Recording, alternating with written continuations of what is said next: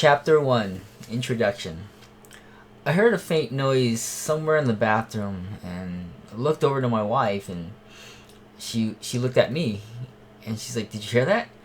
I was like, "Yeah. You should probably check it out, honey." I was like, all right. So I got up in the middle of the night. It was still about 4 in the morning.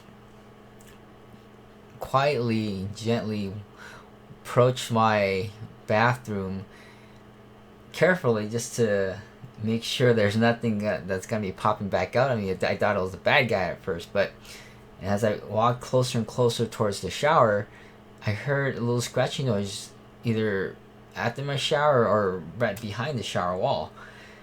Realizing I put my head onto the wall and heard a bunch of scratches. Then I proceeded to bang on the wall, and then the noise stopped. And I was like, "Oh man, there's rats in my bathroom." So, and it was right next to the shower, so I was really afraid that the rat would chew up the water line behind the wall and cause so much damage.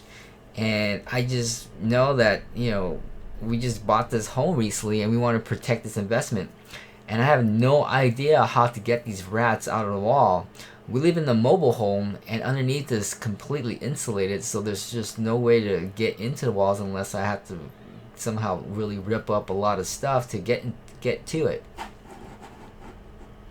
And so what I did was I ended up going and do some research online, found some people who were great with rat traps and whatnot, and we discovered and used and implemented that strategy, and we were able to trap 2 large rats per day for 5 days for a total of about 10 rats. And as I noticed is that as we trapped them, they got smarter and smarter. We had a surveillance camera watching them, and they were able to approach a snap trap and backflip off of it as soon as it snapped, and then come back and grab the food that was on the trap. We eventually found and caught the smaller, smarter rats, and then we were able to kind of secure the home and keep the mobile home free from rats scratching inside the walls. And so later on, we heard from our community that the rats were coming from neighbors and jumped from neighbor to neighbor, and everyone's just like, "Rats!" And I kind of thought to myself, like, I didn't know that they had this problem too. That was just me. And I knew that they could benefit from what I learned.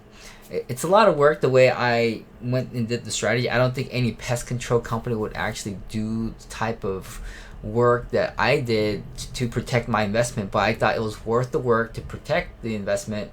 And so I thought that, if I can teach them what I learned, they can also protect their mobile home investment too.